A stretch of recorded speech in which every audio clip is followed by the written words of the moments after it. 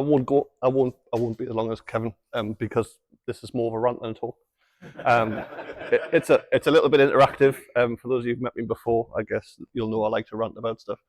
We're going to start with me. Just, originally, so I've been in the Northeast for a long time, and I've probably spent the last few years not in the Northeast as much as I wanted to be. So I'm probably seen me quite a few times over the last few months because I'm putting myself back out there. I started out as a Microsoft engineer years ago, about 25 years ago, something like that. And if I used to be like a stick of rock, if you could, I would have said Microsoft. And I was like that for a long time until I got dragged into the world of JavaScript, essentially. I'll talk a little bit about history, a little bit about where I've been. But I want this to be a bit more interactive, so I'm going to ask questions. I'm going to ask people to ask me questions. And I want to get people's general opinion, because I have some opinions. My opinions are my own. I'll go over the disclaimer in a second, about where Microsoft was with .NET, where they are with .NET now. And actually after coming back to .NET after about 10 years, I've not been away from it completely, but not done anything in any vengeance for a day job in C# or .NET for a long time. And I guess looking at it now, I think it's come a long way. There's a lot of differences, and I kind of just want to get your opinion on what you think. My contact details on here. I used to put my Twitter handle on, X, Twitter, whatever you want to call it. I refuse to do that these days. So I've used the @ symbol, but this is actually an email address, which I'm quite proud of. So if you want to email me, feel free to email me, ask questions. I'm not in Blue Sky. I'll maybe try Blue Sky or something like that. Yeah, this is a new cool thing. I'm too old for cool things. I'm a bit of a dinosaur, really. I told you there was a disclaimer. So I guess the information to talk, it's new to me. Some of it will be new to me. It's probably not new to a lot of you. So please bear with me. And if I'm wrong, tell me I'm wrong. I mentioned in a LinkedIn post there, feel free to heckle me. Shout out, not you, David. Shout out if you want, tell me I'm wrong, offer an opinion. I want this to be a bit of an interactive session. But I guess might be common knowledgeable about you lot, but make your own choices. All the opinions here are my own. Got to say that these days, haven't you? And some of the stuff in here reflects my personal path. This is the journey I've took in my career, with tech and other bits and bobs, and obviously it'll be different for every single person in the room. A brief history lesson. Brief. I will keep it brief. You know, those who know me, you'll know I'm a bit of a talker, and when you get me on one, I'll start talking quite a lot. So I started out no qualifications actually at all in software engineering. I'm a physicist by trade. I've forgotten all of the physics. And I used to work at national physical laboratories in London, where we built stratospheric methane spectrometers, fire laser backwards and forwards inside of a bunch of mirrors and measure the absorption of methane. And actually we used to send these up on weather balloons in the south of France, and then we'd get data back, be up there for a few months, going round and around the globe, up and down in the airstream, and we'd get data back over a slow connection, low frequency radio, and then we'd have to sort of interpret that data. Worked in a lab full of scientists. Not many of them had done much with computing. We had some electronic whizzes who were building, like what we do now, we write in a few lines of code on a small, very cheap processor. They were essentially building TTL logic by sticking chips on boards this big to do that. And when we got it back, we would download them onto our PC, or 286, really powerful PC that we had in the lab, and then we'd have to try and interpret that. And that's how I fell into software, because I was the only one who kind of got given that. Mark fixed that. And used to have to write essentially data wrangling back then. Very, very small amounts of data, but large at the time. Data wrangling code, and that's how I found the software. Fast forward through, spent some time building in C++ with Microsoft Foundation classes. That was my first foray into Microsoft. Did a bit of VRML. We were building what these days the modern trendy word would be digital twins. Back then it was just a 3D version of something. I used to work for a company called Flow, and what they would do is we had a big conveyor belt of robots. They would build a digital twin and then make sure the robot didn't bump into things. So they didn't have to take the conveyor belt offline to program the robots. They'd program the robots in this virtual digital twin, and then you'd get all of the programs for each robot on a floppy disk, and you'd go and put the floppy disk into the robots and take the conveyor belt off for a lot less time. That was Microsoft. .NET, Microsoft Foundation classes. I left there just as .NET became a thing. Like .NET was announced, like, yeah, look at this thing. And that was .NET 1, wasn't called .NET 1, it was just called .NET. I left it. I did some of the initial beta tests. Did you? Yeah, exactly. So .NET never thought we'd have more than one version of this, so we'll just call it .NET. And then from there I went to a CCTV company, security systems, got a data security. Data security took me into investment banking. Investment banking took me to Scott Logic. And Scott Logic, I turned up on day one and realized I knew nothing about software engineering, given I was working with a whole bunch of people who had comp sci degrees, and they would talk about these things, and I'd be going, I don't know what there is. I could write it, but I don't know what you're talking about. You're going to have to explain in layman's terms. I was at Scott Logic for 7.5 years. Through a series of roles, left as their chief engineer, went to BGSS, was at BGSS for a short period of time in Newcastle. From there went to a private equity firm in Titan Bay, and that's where I'm at. Round about year 5 of Scott Logic, I ended up on a project called, can't remember the name. It was Danske Bank, and it was a moonshot project at Danske Bank to bring a whole bunch of financial dashboards together. Prior to that, I'd been doing some React, some JavaScript. And at that point, basically, I went full front end, and from then on, I was pretty much front end the whole time. Sorry? Well, you say that, but let's get. I think for me, my life across my career, things that matter to me most as a software engineer have changed. I used to really, really care about cool tech. I used to care about a cool way of doing things. I remember when Blink syntax was first launched. I loved that. I was like, whoa, I love this. And I guess it was great, it made things a bit easier, but it didn't really, I've realized now that it didn't really matter so much. I made the analogy before when we were talking the day when we first got here. I'm a massive petrolhead, as you can probably tell by my laptop and the things I do. But if I went to the garage and I was going to tinker with an engine I currently have standing on an engine stand, and then I had to spend an hour adjusting the spanner to loosen the bolt, all I want to do is loosen the bolt. I don't really care about the tool, so if I can pick something up and just do it, then that's the thing for me. And I guess that's why some of these things became really important. So what I wanted was a low barrier to entry. I want to be able to get working on the solution to the problem, not spending ages getting stuck with setting up environments. You'll probably remember way back when you had to install MSDN on your machine. It took like 30 CDs, or floppy disks at the time, probably back then as well. Well, actually, I was just going to say, before you said, right, you don't want to mess around setting up environments. That's one of the reasons why I steer clear of Python these days. Yeah. Virtual environments. And actually, even just getting pip installed in some machines, like you've got, I've got pip on this laptop, on this MacBook, and it was an absolute nightmare just to get it to work. It didn't work first time, and there was not obvious why. I guess so low barrier to entry. I guess JavaScript at the time was so appealing because you can literally open a browser, open your F12, open your DevTools, get a console, and you can write JavaScript in there. You can test things out. You can inspect stuff. So that was really, really cool for me anyway at the time. As opposed to not VS Code, because VS Code, I quite like it, if I'm honest. In fact, actually, it's my go-to. But Visual Studio, again, 30 disks or whatever it was when it was on floppy disk, and now in more iterations, it's still about 300-400 meg to download before you can actually really get started on anything.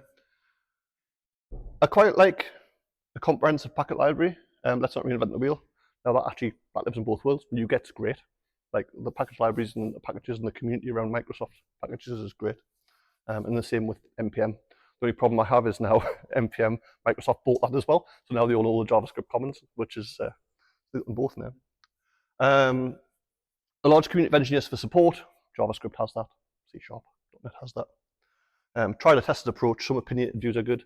So what I don't like is tools and languages that give you too many ways to do the same thing.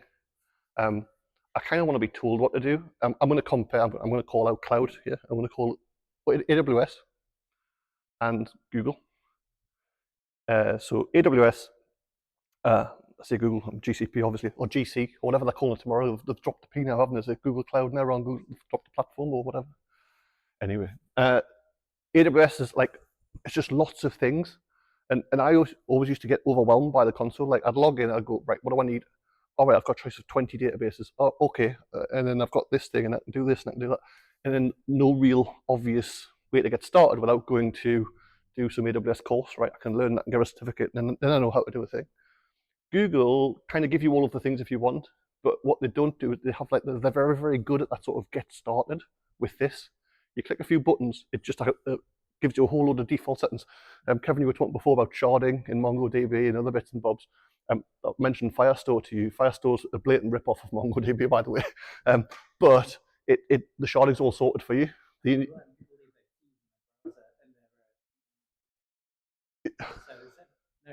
I'm sure I haven't done that.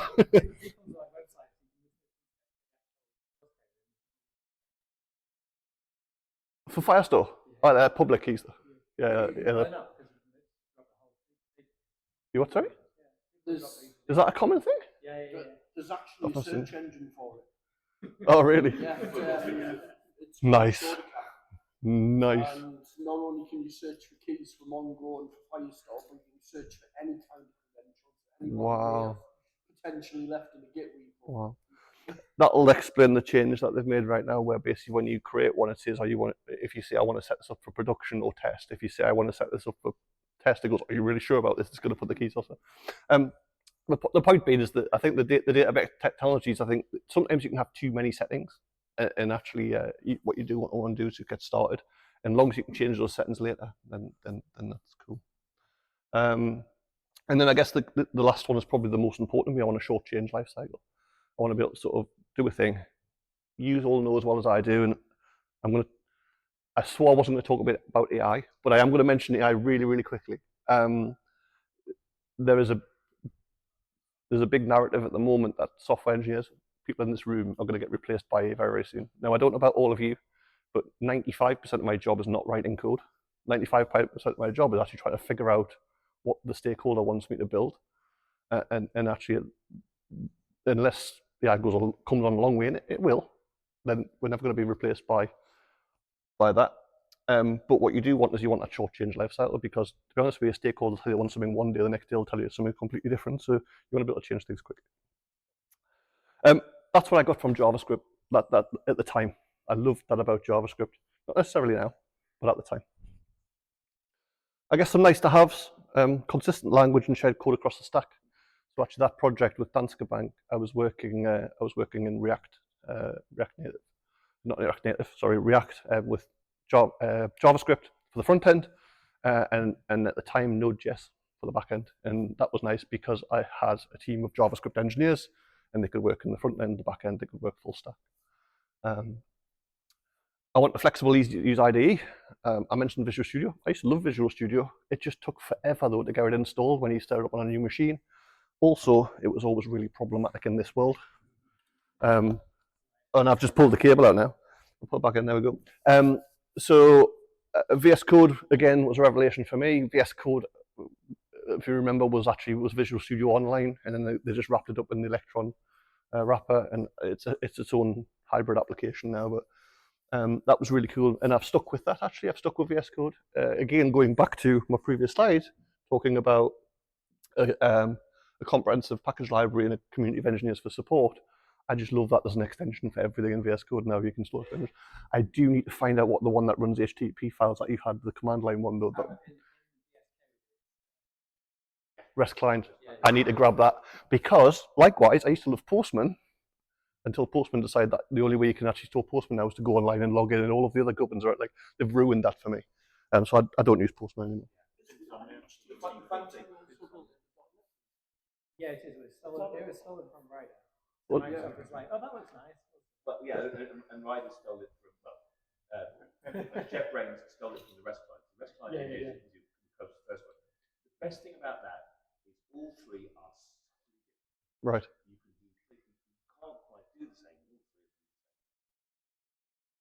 Well, I'll show you as we go on what my go-to has been, but I'm quite happy to be told that actually there's a better way of doing it.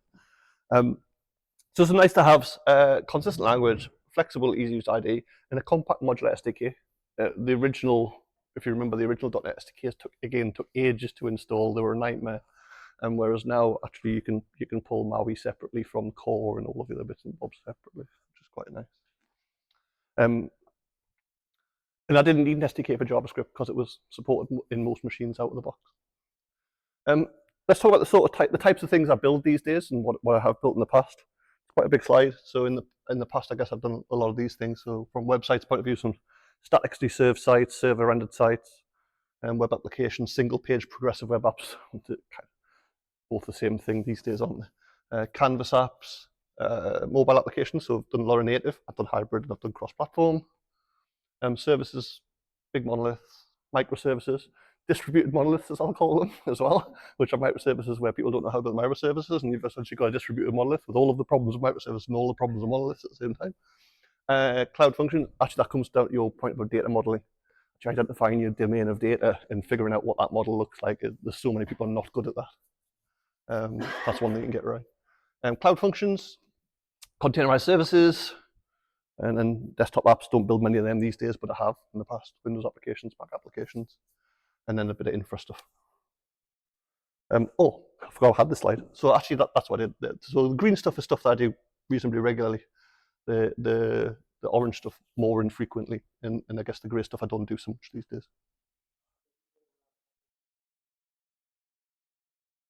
Oh, well, I don't do anything around accessibility, so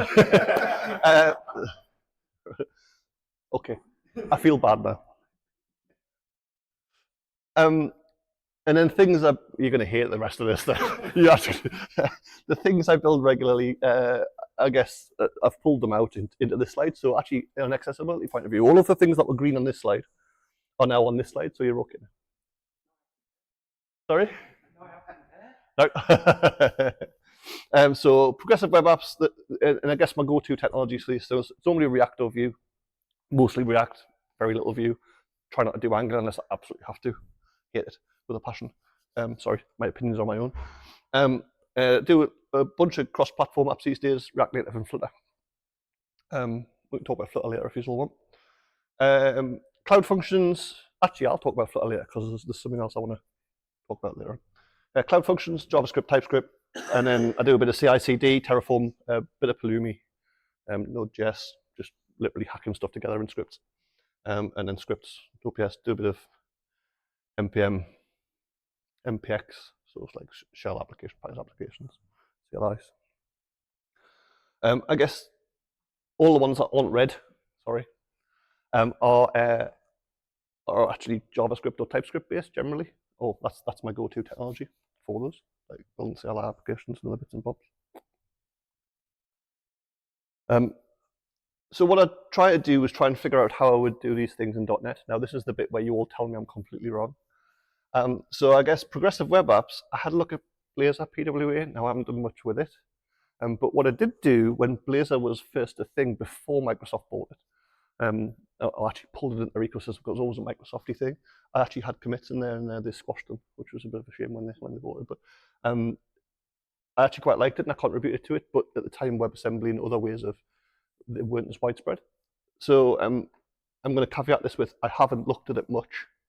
But while I was putting this talk together, I discovered it.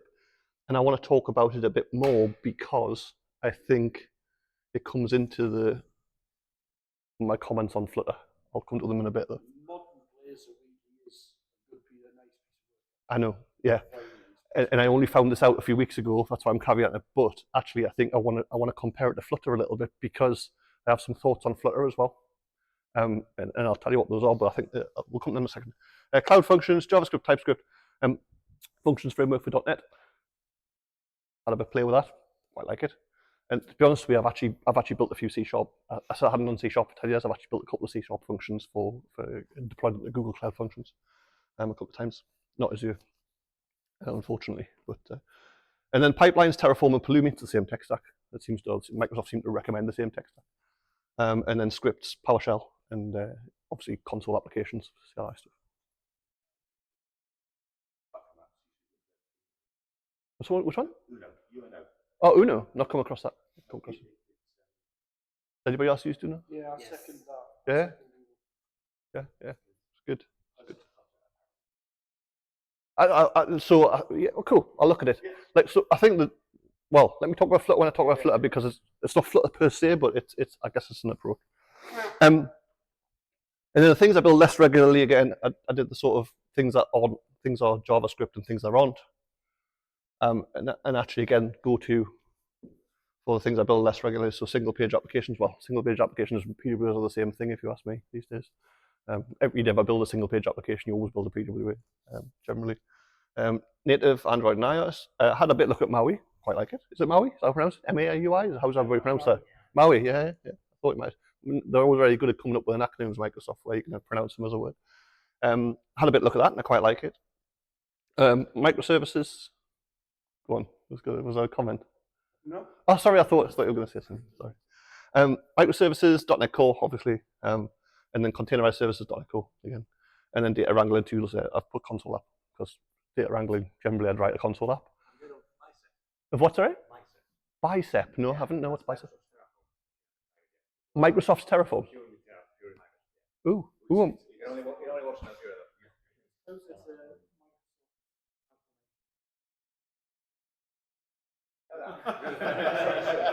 That makes a lot of sense because, of course, I guess the whole concept behind Terraform is it's cross-cloud, cloud agnostic. Let's have a laugh at that.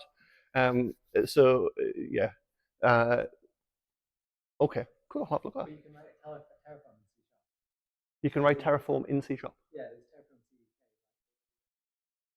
CDK. I might have a look at that as well.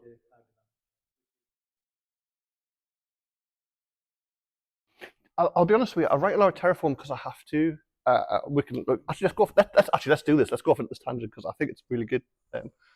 Terraform bugs me, and so does Pulumi, and so does anything that says it's platform like cloud agnostic, because under the hood they're all using a resource manager for that particular cloud, and therefore the recommended strategy for creating things like resource IDs and all of the other bits and bobs is different for each cloud. So what you can do is you can come up with some consistent name and some consistent structure for your cloud resources. But then if that structure isn't the recommended approach for the other cloud. So it almost feels like actually I'd rather just use write my CI or my CD, not CI so much, but more CD for the cloud that we're targeting, right?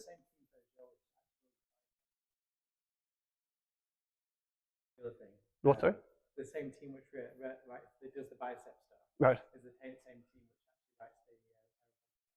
All right, cool. That makes a lot of sense then, doesn't it? Yeah, it makes a lot of sense. I'll definitely have a look at that. I wasn't aware of that. Thanks, mate. So these are the things I build less regularly. I've got to admit, Kotlin on there is probably the only one where I venture a large amount outside of .NET. Kotlin. Because I find Kotlin is great for it. Kotlin's quite a nice language, isn't it? I like Kotlin. Again, opinions on my own. I like Kotlin. I've never been a big fan of Java. I would always choose C# over Java or C++ over Java historically, and therefore it put me off Kotlin before I looked at Kotlin. But now I've looked at Kotlin, I quite like it, right? Funnily enough, I had the same sort of yeah, when I first came yeah. And it's. I think it was you who got me Kotlin. It was James. Yeah. Well, just the data records, so records in C#. Yeah. That came out Kotlin. Yeah, it did. Yeah. And that in Kotlin all on its own. It also has something. I mean, if we're going to go down the road of things that came into C# from other languages, we might not want to go there, given that I'm a JavaScript engineer these days. TypeScript. I learned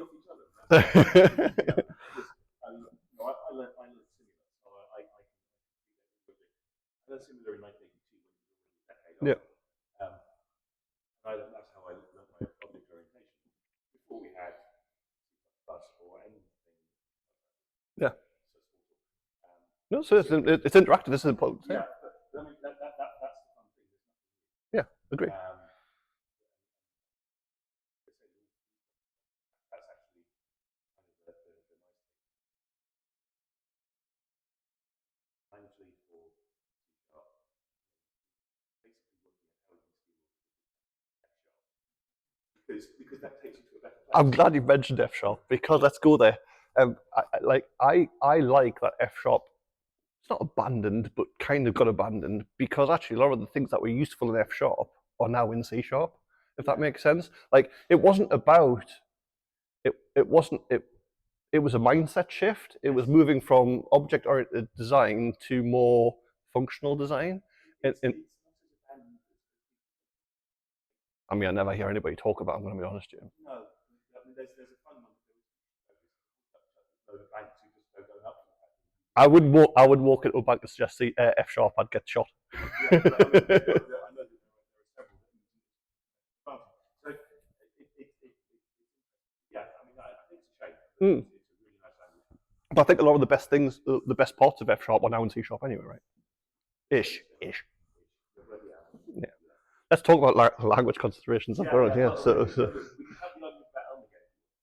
No, let's not do that.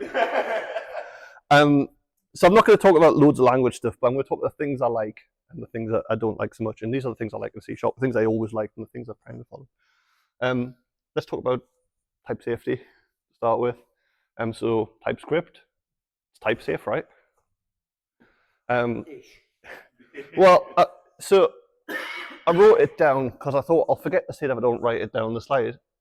I've found with the last 5 or 6 teams I've worked with, because in the majority of teams I work with tend to have a couple of senior engineers who are time served well, good, have a lot of experience, and a lot of junior engineers who are willing to learn. They're all good engineers, but they're junior and willing to learn.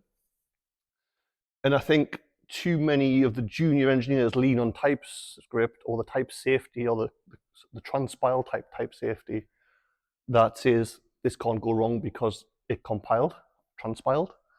And then actually in them cases, I'd rather advocate for not doing that, using JavaScript, which then forces you to think about, you mentioned it before, the third type undefined, right? Which null, something null and undefined, and other bits and bobs. It forces them to think about that and write good tests. So I think in some cases where, who said to me before, we were talking when we first came in, someone said their worry was that actually we were going down the road where everybody was learning the high level stuff and forgot how things worked underneath. Yeah, I think you both said that.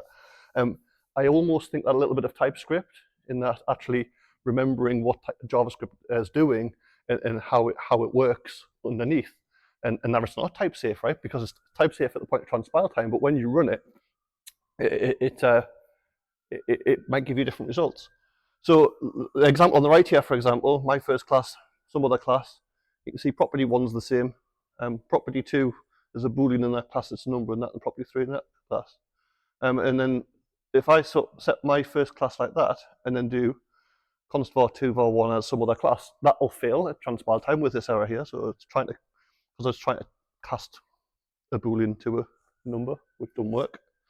And of course, but sorry. This is the thing I find with type safety. I think you're kind of alluding to it. Yeah. Is you put TypeScript in front of the junior engineers. Yeah. And they see all this lovely stuff, and then they just go and write JavaScript anyway. Any. Yeah.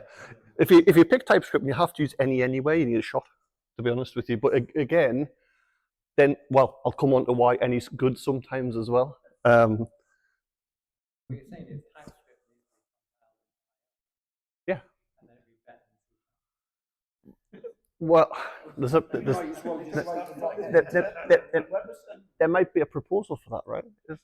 Aren't they talking about the JVM now just supporting runtime safety in the JVM, in the browser at least? There's a proposal to put TypeScript in there now. Yes. Yeah, I don't think they've actually got there yet. They've got no buy-in to it, but there's a proposal to try and get TypeScript into the JVM, so you have runtime type safety as well. But actually, so that's cool. But what if I do this thing? var1 is unknown as some other class. That'll compile. That'll transpile. And actually, if I print var2, I get this, which makes no sense at all, because that's actually the type of my first class. Like var2, which I've said is some other class, has the same signature as the first class. It's just, so actually understanding that is, it's just like in a type safe language, it's nonsense, right? So actually, but if you had to write that as JavaScript, you'd have to know that and you'd have to test it. So C# I like the type safety of it. I like the fact that you get runtime type safety as well as build Somebody type. actually pulled me up about that. I think it was the second or the third one that you guys did in Leeds. And I actually did a talk called TypeScript for the C# developer for Cassini. And I wasn't watching what I was doing. I did something similar when I was doing the practical demonstration. Imagine this C#, just change the syntax here a little bit, and then basically that's not unknown. Can you do it as dynamic?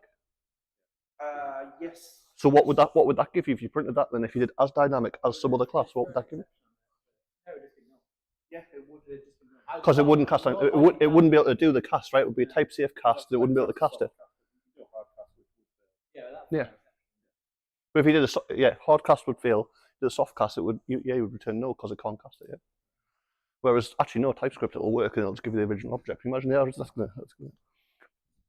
So I like the fact that C# is obviously more TypeScript. So what's that? Yeah, or you can.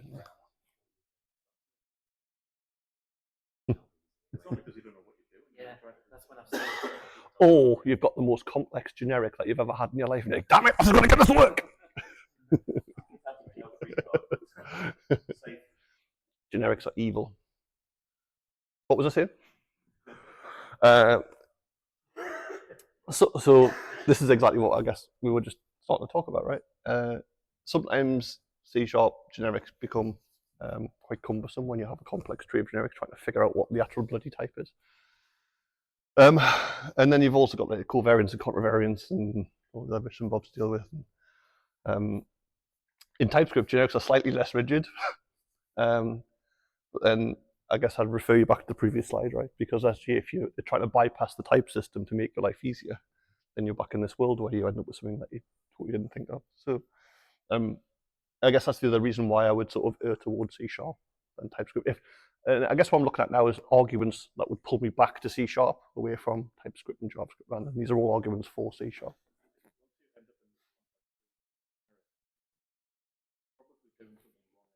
Yeah. And it comes back to what you were saying, Kevin, about data modeling, right? You model your data. You have to think. You think it through. Oh, and then mix class extensions. That's what we call them. So talking about concepts coming into C#, I guess class extensions were a classic. Were mixins in JavaScript. I love them.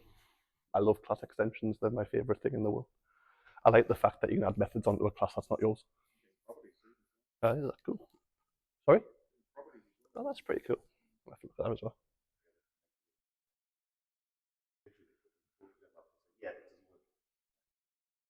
The interesting thing would be,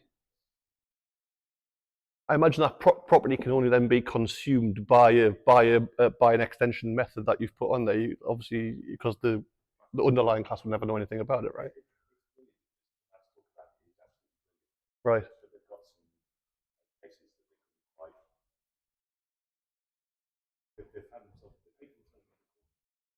I mean, that's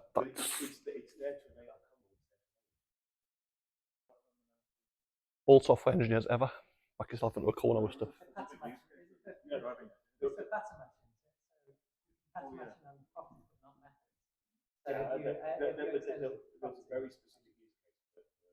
What happens if you do? What happens if you put an extension property on something and then do some reflection on that class? What do you get? Yeah, interesting.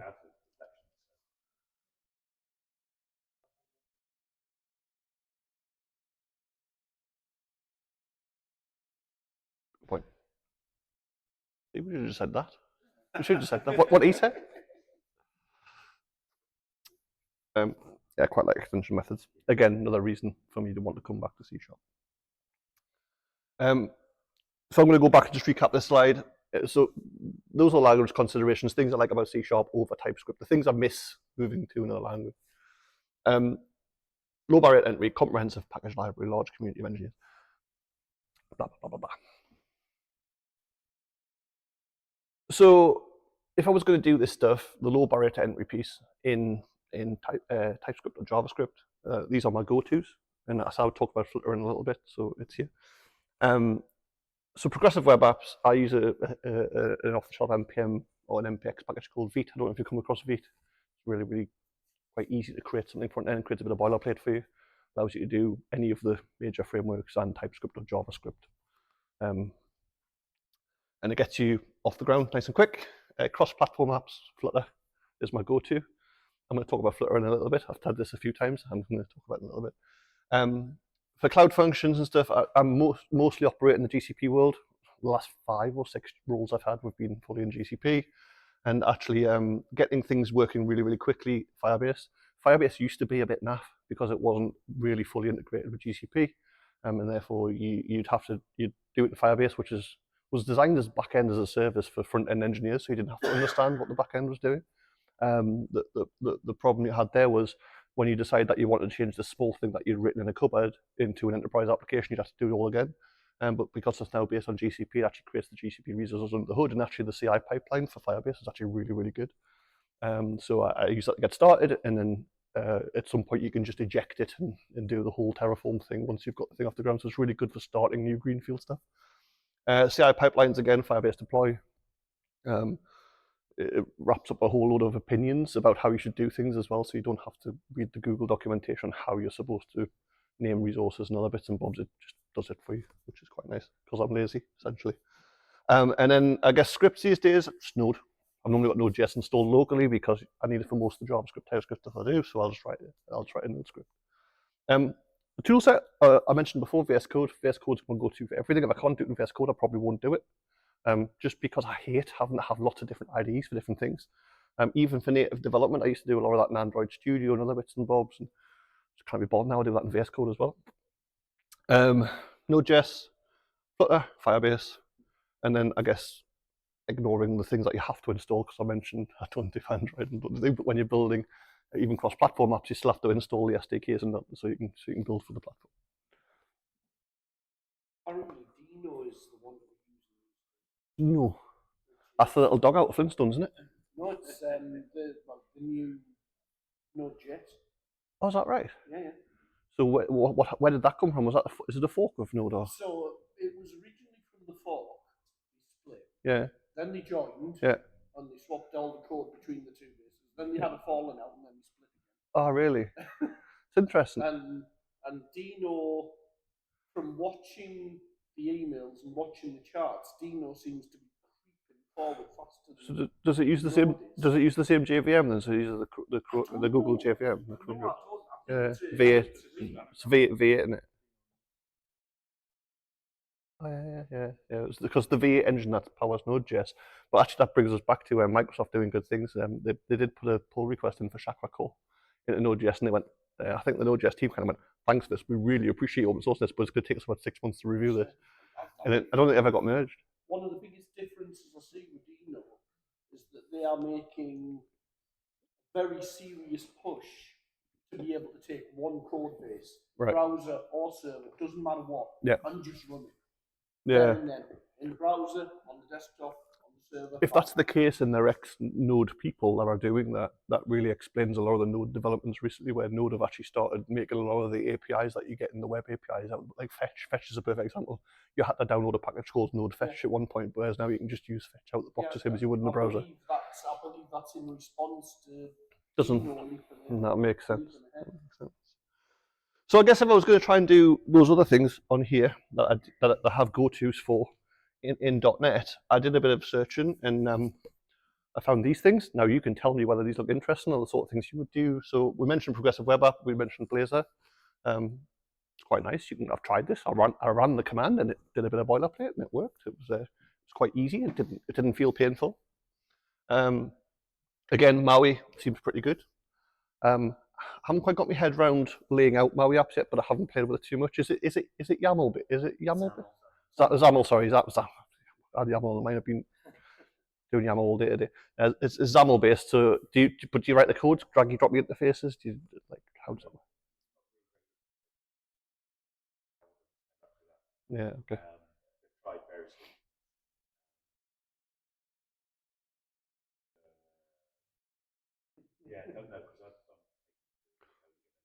What happened?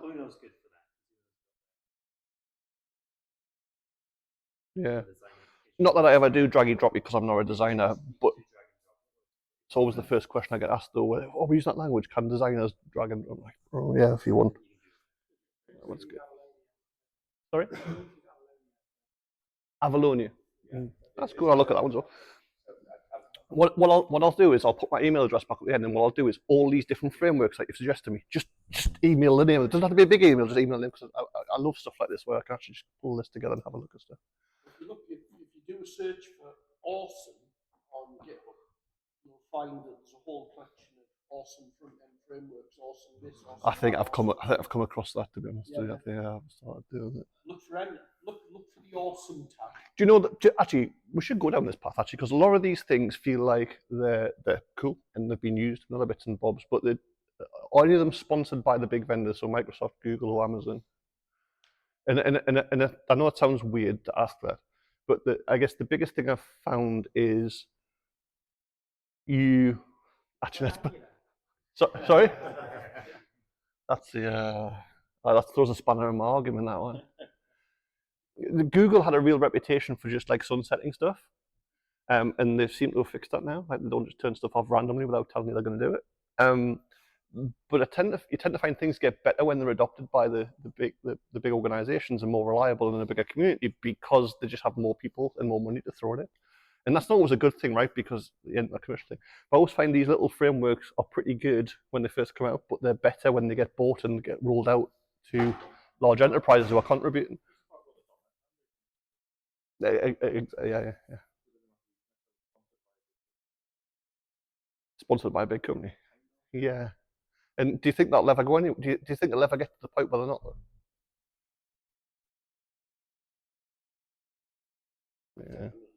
Yeah. I'm going to rattle through this because, but 10 minutes left, right? Cool. I'm going to rattle through this. So, Blazor, dotNET MAUI, Cloud Functions. So, Cloud Function template, done this a few times myself. Imagine you just have CD pipelines. I don't know. Maybe GitHub Actions.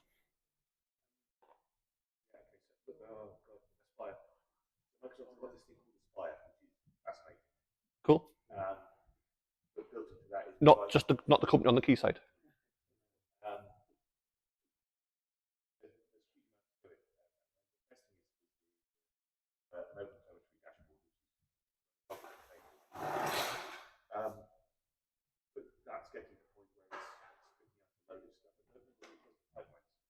Cool. I'm gonna rattle on, James. Email me a spire though. Yeah, thank you. Cool. Yeah, absolutely. Cool. Tool set, but you probably read it now, to be honest. So I guess the second that was the barrier to entry. I guess the second thing is these other three things: comprehensive package library, large get community engineers, and a tried and test approach. NPM and NuGet, reasonably good. NuGet every time. I mean, they're much, in my view, they're much of a muchness, if I'm honest. I say NPM. I guess the other one is Yarn. Yarn's quite popular, but again, it's JavaScript Commons, right? And it's .NET Commons. NPM scares me. NPM used to scare me when it was owned by the people it was owned with. It scares me more than I was owned by Microsoft. Oh my goodness.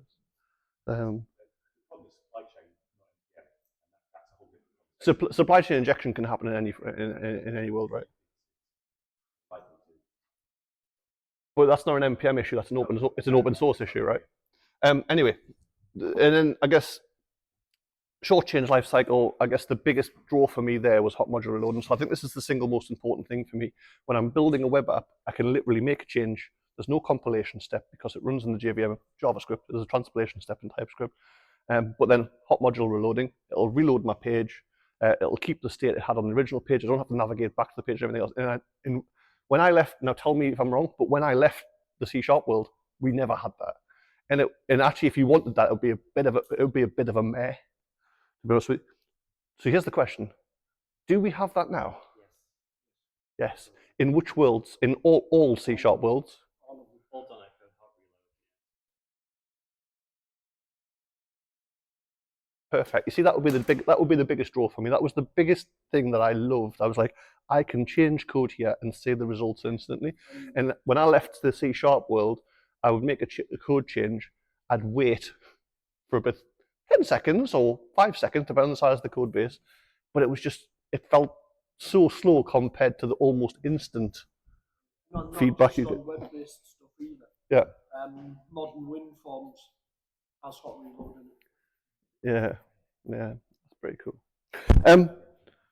Just while I'm on, this slide deck was powered by JavaScript. Just I'm gonna, there was a few things I wanted to do, but like Kaz is looking at me, another bits and bob. So the biggest thing I do in a world where I think C# is most appropriate, given that I haven't investigated Maui or Blazor so much. Actually, let me talk about Blazor first before I do this. So I mentioned Flutter. My go-to for building cross-platform apps has always been to either build native, so React and for the web, Kotlin, Swift, in the relevant studios. I then got dragged onto a project where it was like, we want to do everything in React Native. And I was like, that's cool, because I know React. React Native was okay. I could compile it, but nearly every single page I built, it was like, if iOS do this, if Android do this.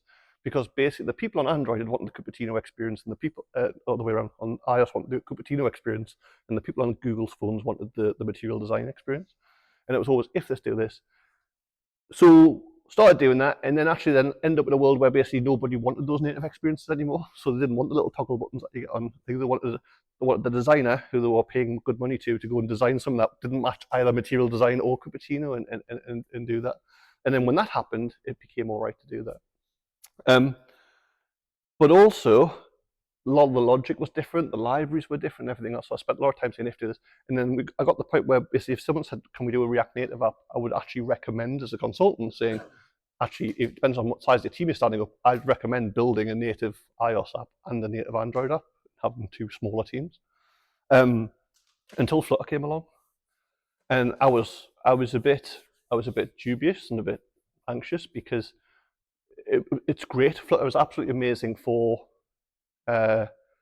Android and iOS. Again, opinions on my own. Building a cross-functional code base. There's a lot of things it doesn't do. It's not mature. It's Flutter 3. It's more mature, but it's still not mature. There's things it doesn't do. It doesn't do very good GPS tracking. A lot of the sort of the native device functionality is still not there yet. But what it does under the hood is it compiles to bytecode on top of the native platform underneath, and you can still use the native modules you wrote, and you can hook into them from Flutter. So if you've got those native modules and you had to build them anyway, then you can still use them from Flutter. And imagine support for that will get better and better. And then someone said, right, we've built for iOS, we've built for Android. I want this same app in a browser. And I was like, oh my God. So I thought, well, Flutter does that. And I compiled it. And it compiled to one of two things. It doesn't compile to a DOM. It doesn't render a DOM. It compiles to either a full screen canvas widget or it compiles to WebAssembly. And I was like, I'm not sure how I feel about this. Because obviously debugging the DOM, when you start writing elements and creating elements and stuff, you can open the Explorer to the right and you can go through and you can say, right, the style's not right on that, and you can actually explore the DOM. You can't do that in the Canvas app. You open the side panel, you get one canvas and a massive JavaScript file. Likewise, WebAssembly, you can't do that either. So I was a bit dubious, but then whenever you spin up a Flutter app, it goes, here's some Flutter tools. Do you want to open them in VS Code? And you go, yes, and it gives you what you would have from the DOM as an inspector, but in VS Code, and it hooks through WebSocket into the back of the application that's rendered. So you can do the same work. And that kind of, I thought, that's interesting because this has never been an option for me until now. This tool is as good as the Explorer when I can explore the DOM. So what I want to put to you all is, if it's good enough now in Flutter, I've never wanted to go to Blazor because of that. It doesn't render a DOM, but Blazor renders WebAssembly.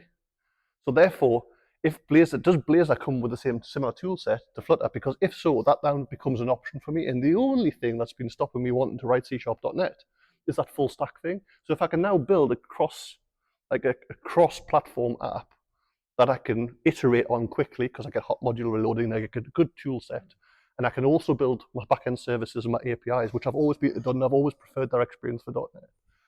Then actually, now should I come back to .NET? And I guess that's a question to all of you. Blazor C# debugger allows you to debug it in So it's not the debugging so much. So debugging's never been a problem. It has always been exploring the layout. Oh, right. It's always been, yeah. So like when you had a DOM in the browser, it's actually making sure your pad, because You still get that in the yeah, it isn't. I've not played that. Come on. Oh, so Blazor has a DOM renderer. Yeah, it is. When did that happen? Right from the beginning. Blazor's always been a DOM renderer. No. Yeah. Oh well, there you go. You see, so if I've learned one thing tonight, then that's a thing. Yeah.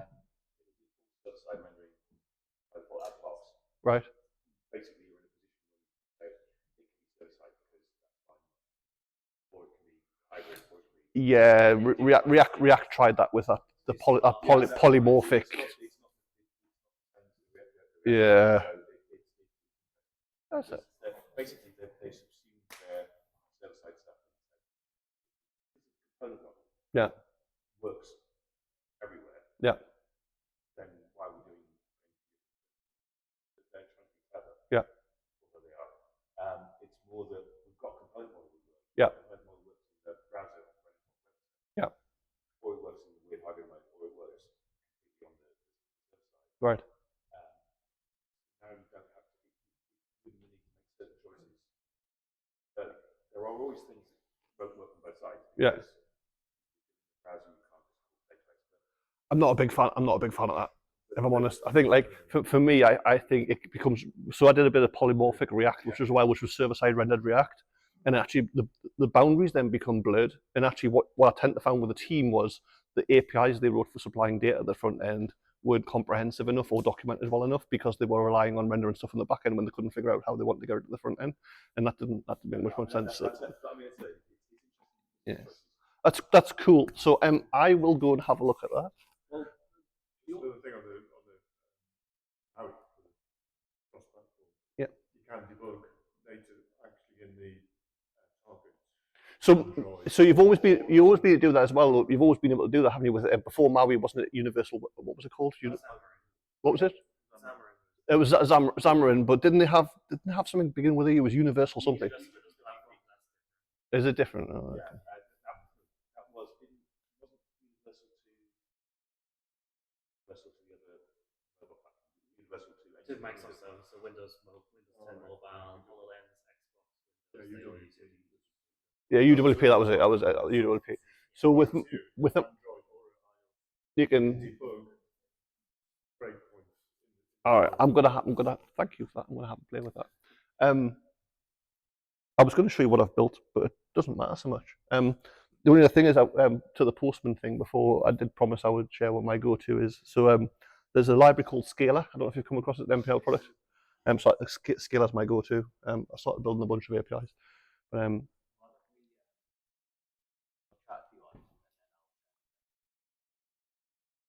Can do if you want. Yeah, I mean, I won't be demoing anything that you haven't already seen. I guess the reason why I put this on the end was basically what I want to do is almost have an interactive build session if we'd had time. But it doesn't matter. It was almost I'm going to rant about stuff for a little while, and if I don't fill the spot and I've got a nice filler at the end, we can do an interactive thing. But I think it's been a really cool discussion, by the way. I really appreciate the bits and bobs, and there are things I'll go and have a look at on the back of this.